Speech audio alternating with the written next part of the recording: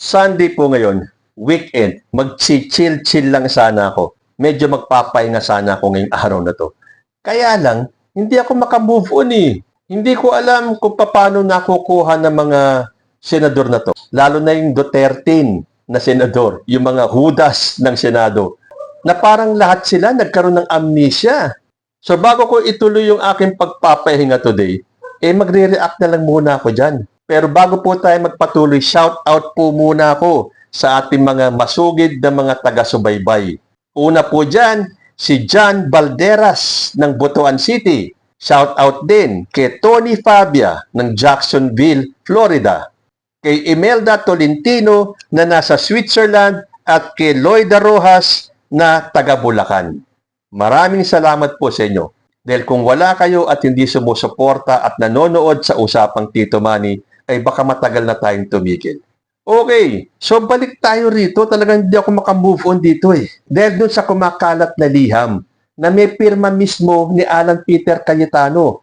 Dahil siya po yung Foreign Affairs Secretary noon eh. At hindi ba nung tayo ay umalis sa ICC, kailangan naman natin magbigay ng dahilan kung bakit tayo aalis doon. At ang sinabi ng ating gobyerno, committed pa rin ang gobyerno na parusahan ang atrocity crimes dahil meron ng local law para rito. Yun nga pong Republic Act 9851. At ayon sa RA 9851, may dalawang option umano ang gobyerno sa paghawak ng crimes against humanity cases. Makinig pong mabuti lalo na yung mga DDS. Una, litisin ito sa Philippine courts. Pangalawa, isuko sa ICC ang suspect kung meron ng ICC investigation o arrest warrant in the interest of justice. Kayo, ano bang pagkakaintindi nyo dyan? Di ba napakasimple naman? Ang liwanag naman ng sinabi. Una, litisin dito. Pangalawa, isuko. Lalo na kung may warrant of arrest na at naimbestigahan na. At yan, meron kay Bato de la Rosa, may warrant of arrest na siya. Naimbestigahan na siya ng ICC. O bakit ngayon parang nagka-amnesia si Alan Peter Cayetano? At hindi lang si Alan Peter Cayetano ang sa tingin ko nagka-amnesia dahil nung tayo ay sasali pa lang sa ICC, may mga taga-Duterte, itong mga hudas ng Senado, ang pumirma rito. Sabi po rito, senators who voted in favor of the resolution concurring in the ratification of the Rome Statute of the International Criminal Court. 17 na senador during that time ang bumoto in favor. At 4 po sa kanila ay sina Alan Peter Cayetano, ang kanyang kapatid na si Pia Cayetano, si Jinggoy Estrada, at si Chis Escudero. So kung sila ay bumoto in favor of the ICC, bakit ngayon parang naiba na? Porque si Bato de la Rosa na kanilang kaalyado ang sangkot dito, biglang erase na lahat.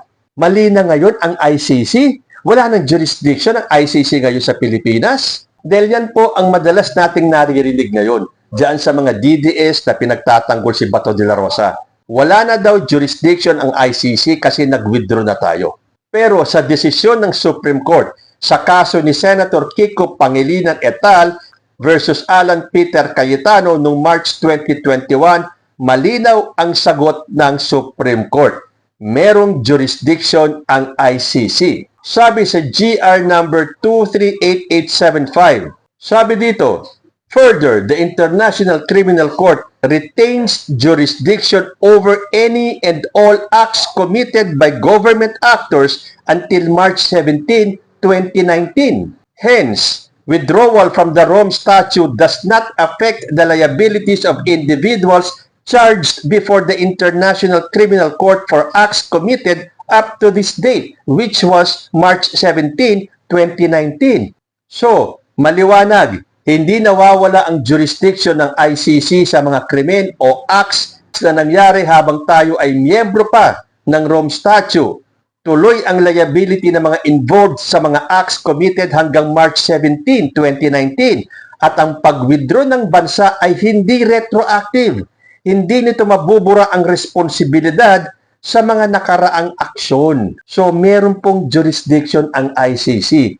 So, tanggapin nyo man o hindi, meron. May jurisdiction ang ICC sa Pilipinas until the said date. So kahit na nagka-amnesia na itong si Alan Peter Cayetano at itong 13 senador na to, hindi po mabubura yung nasa liham na sinabit ng Pilipinas sa United Nations. So ano ang ginagawa ng mga senador na to? Obstruction of justice, cuddling a fugitive, at ano ang pwedeng ikaso sa kanila? Lalo na kay Alan Peter Cayetano at kay Robin Padilla. So ano ang pwedeng ikaso sa mga public official na nag-obstruct sa apprehension? Sabi dito, any person who knowingly or willfully obstructs, impedes, frustrates, or delays the apprehension of suspects by harboring or concealing or facilitating the escape ay maaaring mapatawan oras na makonvict ng parusang kulong, multa, at hindi na muling makakabalik sa gobyerno dahil sabi sa Presidential Decree 1829 Section 2, if any of the foregoing acts is committed by a public official or employee, he shall, in addition to the penalties provided thereunder, suffer perpetual disqualification from holding public office.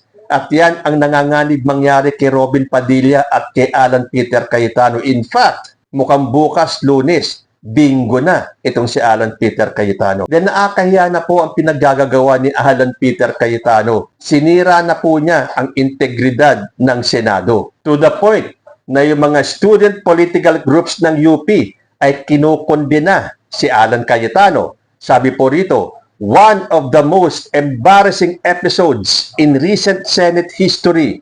Former members of the rival UP student political groups Samasa and Nagkaisang Tugon have set aside their differences to jointly call for the resignation of Senate President Alan Peter Cayetano over the controversy surrounding Senator Ronald Bato de la Rosa's supposed protective custody. Sabi nila, if Cayetano still possesses a sense of political responsibility, and yes, shame, he should recognize the damage he and this episode have done to the Senate. So kung may natitira pang hiya si Alan Peter Cayetano, ay mag-resign ka na.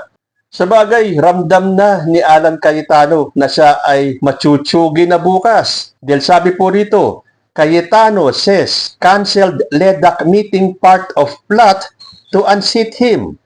Senate President Alan Peter Cayetano sees the cancellation of a Legislative Executive Development Advisory Council meeting set for next week is a sign of an attempt to unseat him next Monday. Bukas po yan.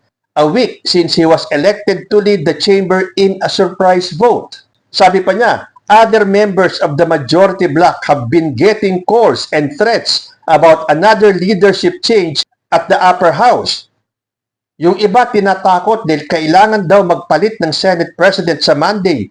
Politika na po yun. Isang tabi natin yun. O pero wala naman siyang mabanggit na pangalan kung sino yung mga tinatakot daw para magpalit ulit ng liderato. Hindi naman pwede kasi puro kasinungalingan na lang, Alan Peter Cayetano. Hindi na tinatanggap ng taong bayan yung mga drama mo.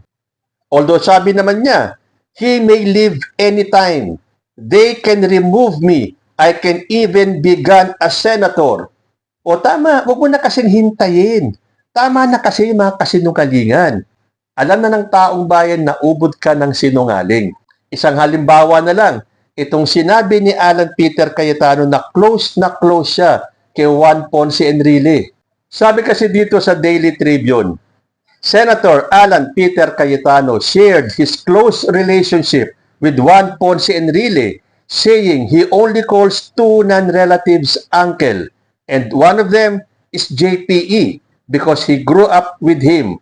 Na kinontra naman ng anak ni Juan Ponce Enrile na si Katrina Ponce Enrile. Sa hinaba-haba ng sinabi ni Katrina rito, isa lang po ang tinutumbok.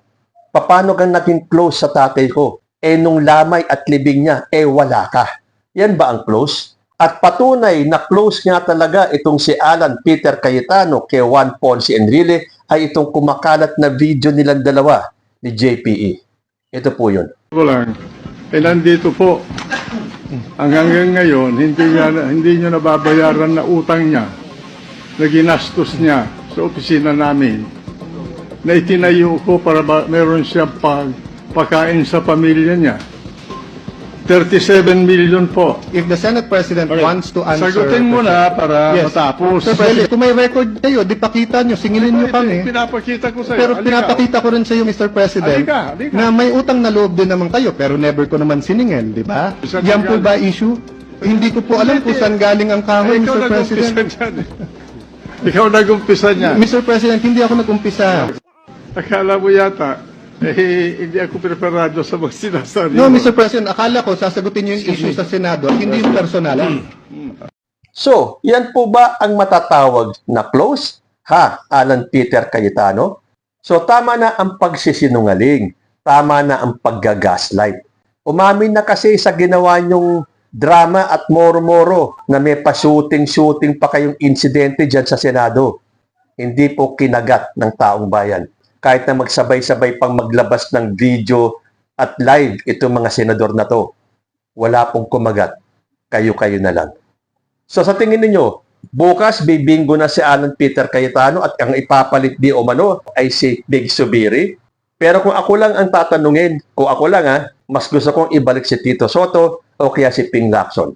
But again, sila-sila po ang boboto dyan. Basta ang importante, tanggalin ninyo si Alan Peter Cayetano.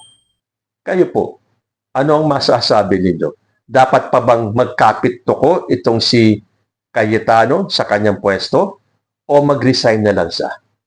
Comment lang po down below and I will see you in my next video. Diyos ti Agnina.